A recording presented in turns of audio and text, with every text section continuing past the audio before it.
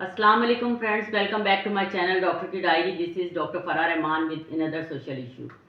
आज का social issue भी वो बच्ची रिजवाना और वो सिविल जज की बीवी और उसके मुबैना तशद्दुद के बारे में ही बात करेंगे।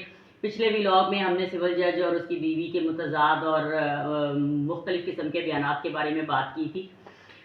इस व्लॉग में हम बात करेंगे रिजवाना और उसके घर वालों के जो बयानात आ रहे हैं, रिजवाना के वालिदैन के और उसकी दादी और दीगर रिश्तेदारों के जो मुख्तलिफ टीवी चैनल्स पे इंटरव्यू चल रहे हैं और सोशल मीडिया पे मुख्तलिफ व्लॉगर्स उनके इंटरव्यूज़ कर रहे हैं, उसके बारे में बात करेंगे।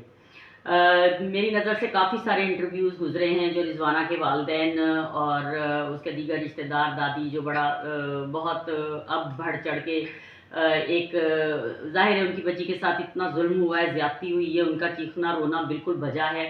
वो हक पर हैं उस रोने में और चीखने में। और लेकिन मुझे ये समझ नहीं आती कि जो भी लोग उनके इंटरव्यूज़ कर रहे हैं वो इस बात पे उनसे फोकस क्यों नहीं करते, उनसे ये बात क्यों नहीं पूछते कि आपने इतनी छोटी बच्ची को, नाबालिग बच्ची को और कमज़ोर बच्ची को आपने किसी दूसरे के घर में काम करने के लिए क्यों छोड़ा हुआ था। ये ऐसा पहलू है जिसके ऊपर कोई भी तवज्जो नहीं दे रहा। आज जब उसके वालिदैन बहुत बढ़ चढ़ के बद्दुआएं दे रहे हैं उसको, सिविल जज को और उसकी बीवी को, और सारे लोगों से अपीलें कर रहे हैं कि हमारे साथ इंसाफ किया जाए, बच्ची के साथ इंसाफ किया जाए, बिल्कुल उनके साथ इंसाफ होना चाहिए, बिल्कुल बजा उनका फरमान है। लेकिन कोई उनसे ये क्यों नहीं पूछता कि आपने बच्चा पैदा किया था तो उसकी ज़रूरतें पूरी करना, उसको रोटी खिलाना, उसको शेल्टर देना, उसका ख्याल रखना आपका फ़र्ज़ था। बच्चे का तो फ़र्ज़ नहीं था कि वो कमा के आपको खिलाए। वो छोटी उम्र की नाबालिग लड़की थी, उस पर क्या जिम्मेदारी थी कि आपने उसे किसी और के घर में पूरा टाइम के लिए छोड़ा हुआ था। आप महीने के अपने पैसे खड़े करके साइड में बैठ रहे थे, आपको कोई परवाह नहीं थी। वो बच्ची एक दिन में तो इतनी बीमार नहीं हुई। उस बच्ची की सेहत के हवाले से जितनी मुतज़ाद खबरें आ रही हैं, वो एक दफ़ा की मारपीट से तो उसका ये हशर नहीं हुआ। तो आप वालिदैन हैं, आप रिश्तेदार हैं, आप पीछे पलट के जाकर कभी उसकी खैर खबर लेते ही नहीं थे, आप देखते ही नहीं थे कि उस बच्ची का क्या हाल है। और पहली और सबसे इम्पॉर्टेंट बात, आप उसको देखते थे या नहीं देखते थे, या आपको कब पता चला या अब पता चला। सबसे अहम तो सोचने वाला और पूछने वाला क्वेश्चन ही ये है कि आपने अपना बच्चा दूसरे के घर में छोड़ा ही क्यों था।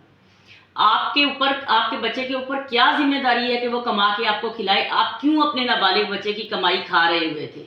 और अगर आप इस काबिल नहीं थे कि उस बच्चे को परवरिश कर सकें, तो सबसे अहम सवाल तो यही कि आपने 2, 4, 8, 10 बच्चे क्यों किए हुए।